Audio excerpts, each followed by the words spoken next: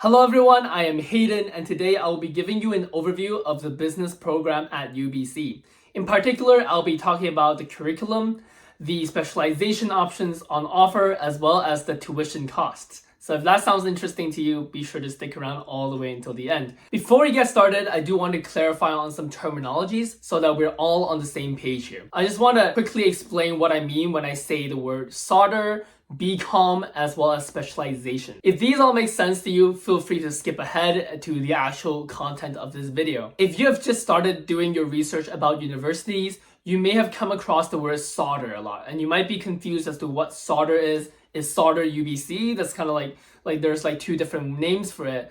And what does it mean? Well, realistically, it's just another name for the UBC's business faculty.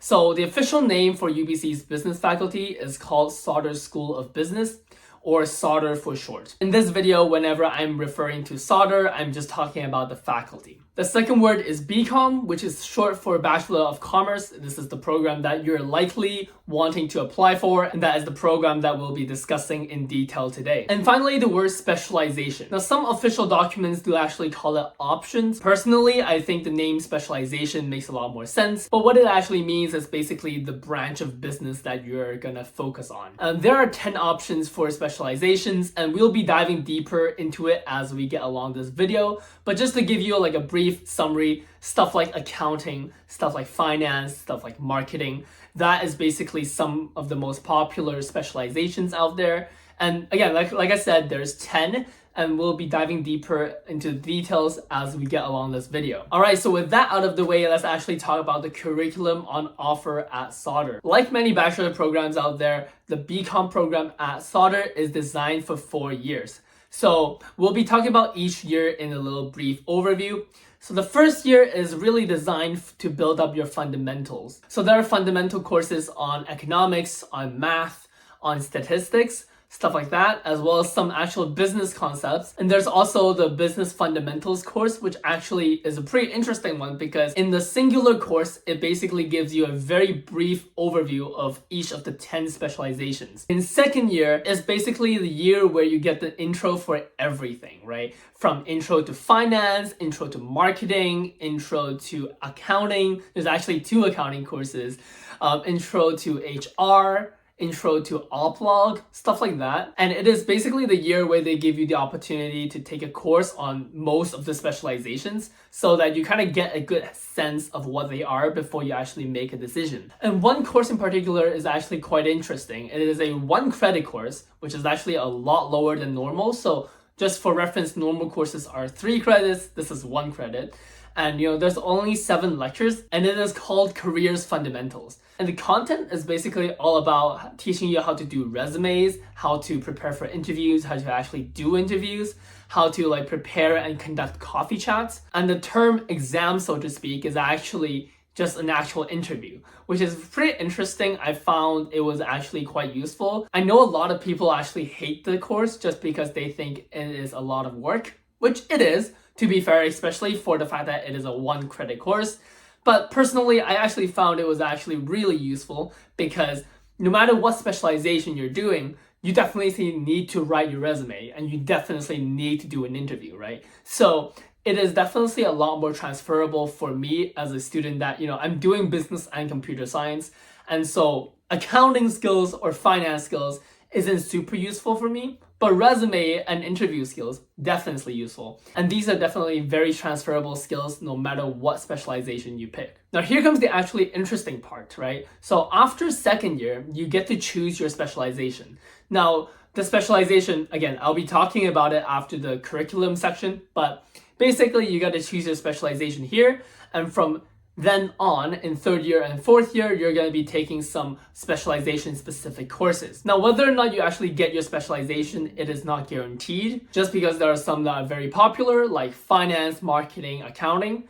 And so for those ones, you actually need a decently competitive grade And so let's jump into third year. Now, after you chose your specialization, you can finally actually take some specialization specific courses. Now, there are still courses where you have to take that are like generalized across all specializations, such as a commercial law course as well as an ESG course. But you do get a lot more freedom in third and fourth year regarding course selection. And with that, I'll transition into fourth year, which is quite similar to third year. And once again, you have some specialization specific courses that you have to take, as well as a couple courses that is taken across all specializations, and a bunch of elective credits for you to take really whatever the heck you want. Now, just a little note on electives before we continue to specializations. I do want to mention that electives are pretty complicated in Sauder or even UBC in general, really. The amount of elective credits that you need to take actually differs depending on which specialization you do. And it is also impacted by whether or not you are just starting in as a first year or whether or not you're a transfer student. And also there are like year level requirements where they're like, oh, like a certain amount of credits have to be non-commerce. Certain amount of credits might need to be like level 300, level 400 courses, whereas other ones can be like level 100 and level 200 ones.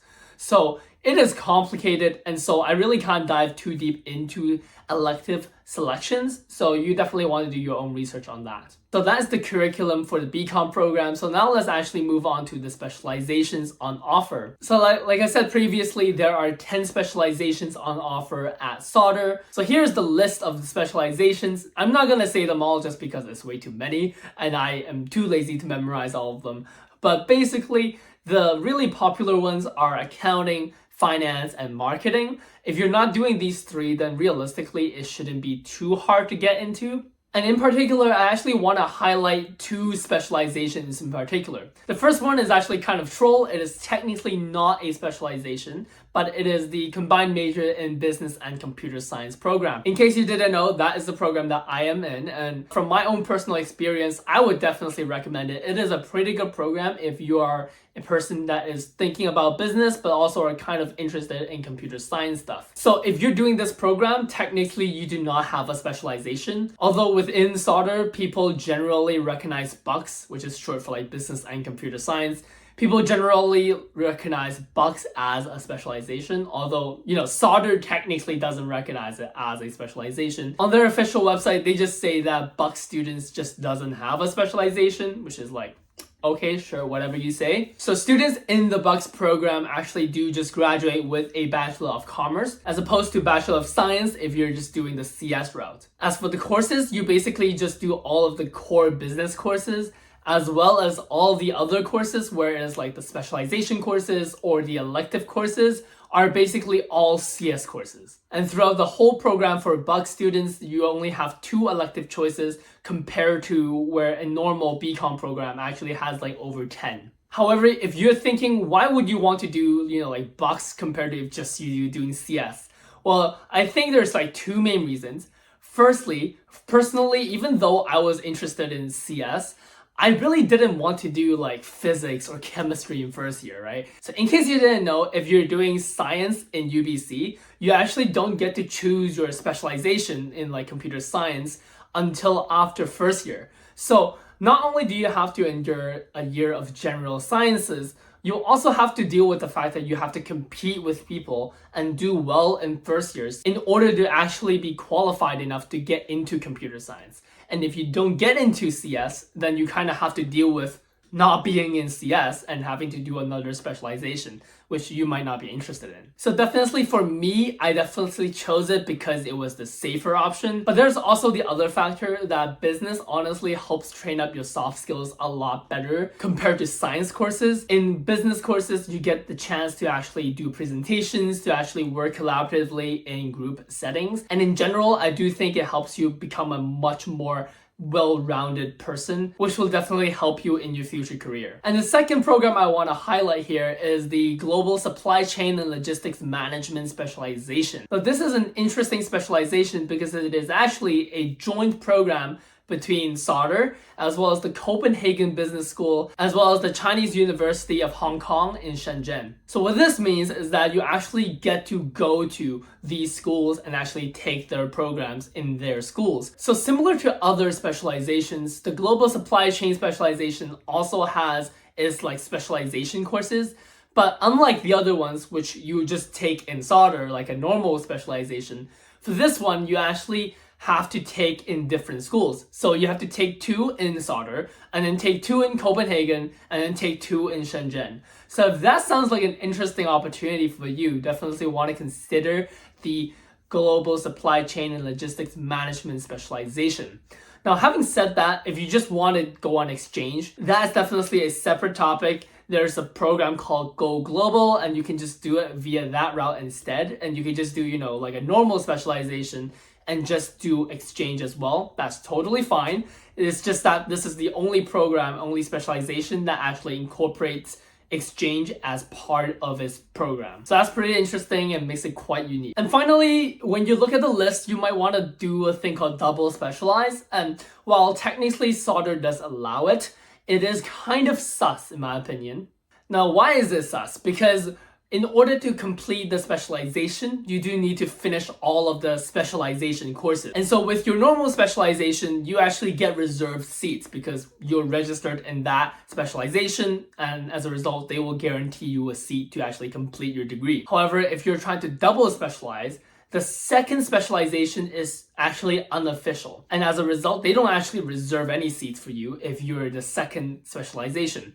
And so each of these specialization courses actually do have general seats, and you will have to basically fight to get those general seats. And because most of these seats are reserved, these general seats are few and far between. So they are very highly contested. And so if your grades are not good enough to get a good registration time, it is going to be very hard for you to consistently get those core specialization courses. And so you might find yourself in a situation where you're in 4th year and you have taken 3 accounting courses, but you just can't finish the second specialization because you just can't register for these core specialization courses. In addition to that, there's also the issue of if your main specialization is general business management or finance, you're actually just not allowed to do a second specialization, which is interesting. I'm not entirely sure why that is. Go argue with Sauder. That's not really something I could really impact. And finally, let's talk about tuition. Now, I'm not gonna lie, it is expensive, okay? It is definitely expensive already for domestic students, but especially for international students, as you will soon see.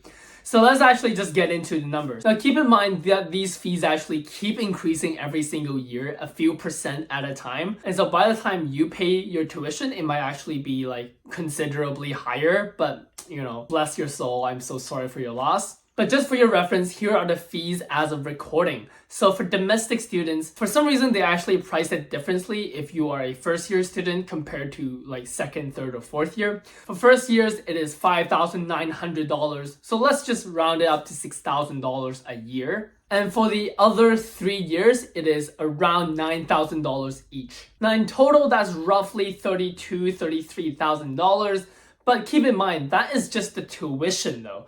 You're not just paying the tuition if you're coming here at UBC. Now, there are some random fees that you wouldn't really think about until you start paying them, and then you realize it is very expensive.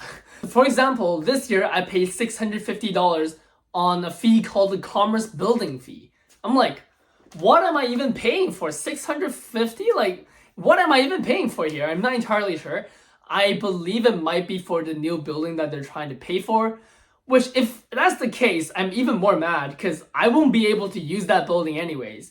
And I'm paying for construction, which is actually impacting my learning experience because it'll just be drilling outside when I'm taking a class inside. But there are also other fees, such as $180 for a thing called UPass, which is basically just your transit fees. Another $290 for a thing called Commerce Undergraduate Society. Another $370 on your health and dental fees. A lot of these sort of fees just kind of keep piling up, and eventually you get to around $1,800 per year of these random student fees. So if you add up those fees, then really you're paying around $40K for the entire BCom experience.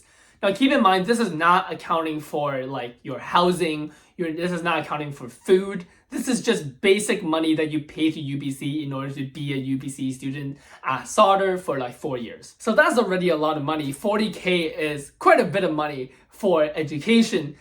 But wait until you listen to the international fees. So if you are not a Canadian citizen or not a permanent resident here at Canada, then unfortunately you will have to pay the international tuition. International tuition is significantly higher. Now, to make it simpler, they did not separate it by first year compared to other years this time. They just make you pay the same fee every single year. How expensive, you ask? Well, it's around $60K a year. So that means that international students actually pay more in 1 year compared to normal students in their whole 4-year program, which is a crazy concept. And just to sum it up for you, if you're an international student aiming to finish a BCOM here at Sauder, you'll be paying over $240K in Canadian dollars just on student fees.